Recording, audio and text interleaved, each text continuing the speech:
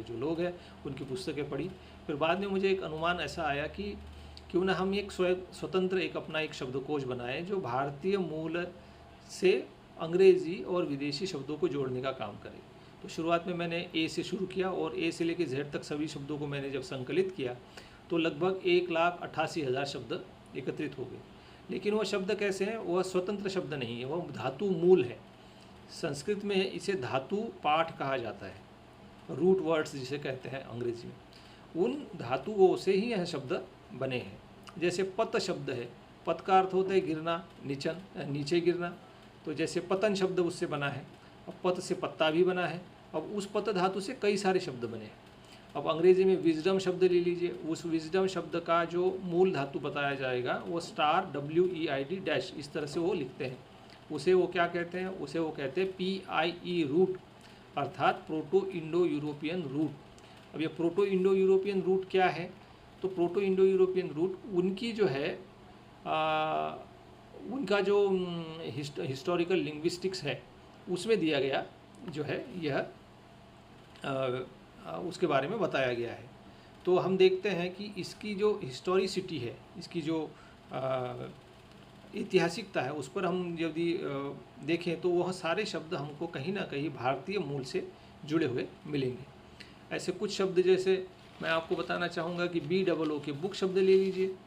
तो बुक शब्द में हम देखते हैं कि क्या कहीं ये हमारे यहाँ पे जो पुस्तक शब्द है उससे तो नहीं बना है। आप अंग्रेज़ी में इसका स्पेलिंग लिखिए PUSTAK। अब यहाँ पे जो संयुक्त वर्ण आ जाता है तो कई बार होता है कि जैसे बच्चे भी आप देखते हैं तो उस शब्दों का उच्चारण करना टाल देते हैं। तो यह शब्द पहले पुस्तक था, पुस्तक से बुस्तक, बुस्तक से स्त कट गया, उसके बाद में फूक हो गया, फूक के बाद में BOOK हो गया। अब इसका प्रमाण क्या है? तो आपने देखा होगा कि BUK बुक भी लिखा जा सकता था, लेकिन BUK बुक नहीं लिखा है, वहाँ पे BOOK लिखा है। इसका मतलब क्या है? जो O है उसको कहीं ना कहीं एडजस्ट किया गया है किसी और शब्द की कमी को पूरा करने के लिए। तो इसलिए जो बुक शब्द बना है वह पुस्तक शब्द का ही बिगड़ा हुआ रूप है। और उसके बाद आगे बढ़ते हैं। इसमें हम देखते हैं कि भाई पेन शब्द कहाँ से आया होगा। अब कुछ लोगों को बताया, बुक शब्द बताया, तो कुछ लोगों के दिमाग में एकदम से आया होगा कि भाई पेन शब्द भी तो है, वो कहाँ से बना होगा। तो आपने सुना होगा कि पहले पुराने ज़माने में जब हम लिखते थे तो मोर पंख आदि का प्रयोग करते थे। अब पंख शब्द ले लीजिए, PANKH पंख शब्द ले लीजिए। पंखों को अंग्रेज़ी में लिखिए और उसके बाद में देखिए उसके कुछ आखिर के वर्ण यदि कट हो जाए तो पन बनेगा और पन के बाद में वो PEN बन जाएगा। तो क्या मैं जो बता रहा हूँ या केवल तुक्केबाजी है? जी नहीं, तुक्केबाजी नहीं है। जो जिस प्रकार मनुष्य अपने जीनियोलॉजी को खंगाल सकता है, अपनी जंत्री को खंगाल सकता है, इसको जंत्री शब्द बोला जाता है कि भाई आपके पूर्वजों के पूर्वज कौन थे, वैसे ही शब्दों के पूर्वजों के पूर्वज शब्द कौन से थे इसको भी देखा जा सकता है। इसको लिंग्विस्टिक्स में हिस्टोरिकल लिंग्विस्टिक्स नाम का एक टॉपिक है, उसके आधार पर आप ये सारे शब्दों की खोज कर सकते हैं।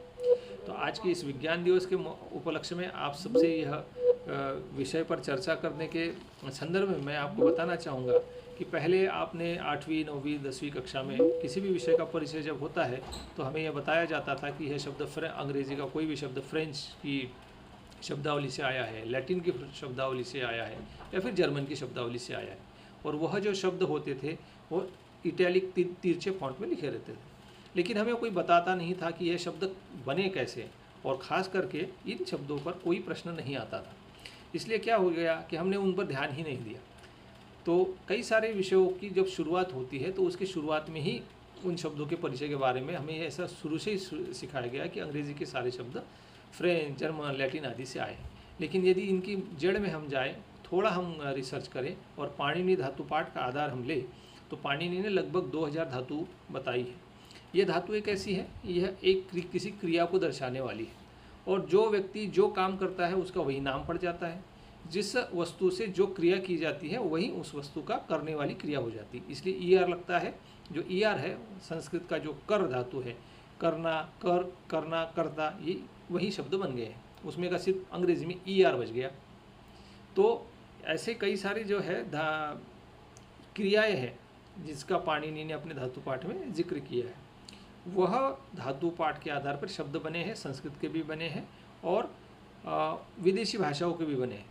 लेकिन हुआ क्या कि उनमें परिवर्तन ज़्यादा हुआ है। भाषा परिवर्तन में, भाषा विज्ञान में इसे शब्द परिवर्तन कहा जाता है, और जहाँ शब्द बिगड़ जाता है उसे अपभ्रंश कहा जाता है।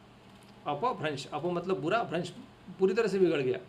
यदि कोई मूर्ति है और उस मूर्ति के कुछ अंग भंग हो गया, मान लीजिए हाथ कट गया, मान लीजिए गणेश की मूर्ति है, हाथ कट गया, सूंड कट गई, तो समझ में नहीं आएगा कि मूर्ति किस देवता की है। उसी प्रकार शब्दों के साथ हुआ है। आजकल हम जिन शब्दों का प्रयोग कर रहे हैं वो टूट फूट हुए अंग्रेजी के शब्द हैं, जो मूलतः हमारी ही है। जैसे आपने देखा होगा शब्दों में 4 कोस पे वाणी बदले 8 कोस पे, 4 कोस पे पानी बदले 8 कोस पे वाणी, ऐसा आपने सुना भी होगा, क्योंकि शब्द निरंतर बदलते रहते हैं। और आपने भौतिक शास्त्र का भी नियम सुना होगा, पढ़ा होगा कि जिस वस्तु का जितना ज़्यादा प्रयोग होता है उसमें उतने ही ज़्यादा परिवर्तन आते रहते हैं, और जिसका प्रयोग नहीं होता वो वैसी पड़ी रहती है, उसमें परिवर्तन ज़्यादा नहीं आता है। तो शब्द दैनिक प्रयोग में जो भी शब्द आते हैं उनमें निरंतर परिवर्तन चलता रहता है। यह जो परिवर्तन है यह कभी मुख सुख के कारण होता है, प्रयत्न लाघव के कारण होता है। यह शब्द आपको सुनने में कठिन लग रहे होंगे, प्रयत्न लाघव, मुख सुख, ये क्या है? हम तो विज्ञान के क्षेत्र में बैठे हैं, तो कई सारे लोगों को प्रश्न चिन्ह आ रहे होंगे, ये क्या भारी भारी शब्द है।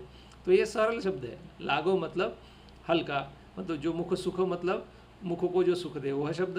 प्रयत्न लाघव मतलब जो है जिसको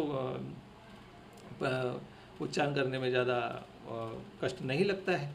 तो प्रयत्न लाघव में क्या करते हैं, हम शब्दों को आसान बनाते हैं। जैसे पत्र शब्द है, बिल्व पत्र मान लीजिए शब्द है, तो पत्र शब्दों का हमने क्या कर दिया, पेपर कर दिया। तो पेपर जो हम जिस पेपर पर लिखते हैं वह भी तो एक बिल्व पत्र टाइप का ही था। पहले भोजपत्र होते थे, आज वो पेपर है। उस समय हो सकता है कि उस पत्र की मोटाई कुछ जाड़ी हो, ज़्यादा हो, अधिक हो, आज थोड़ी कम हो गई। तो इसी तरह से शब्द बदल बदल कर आज हमारे रूप सामने आते हैं। तो अब इसका फ़ायदा क्या? अब ये भी होगा, कई सारे लोगों को ये भी प्रश्न आया होगा कि चलिए ठीक है, इतनी खोज कर ली तो इसका फ़ायदा क्या?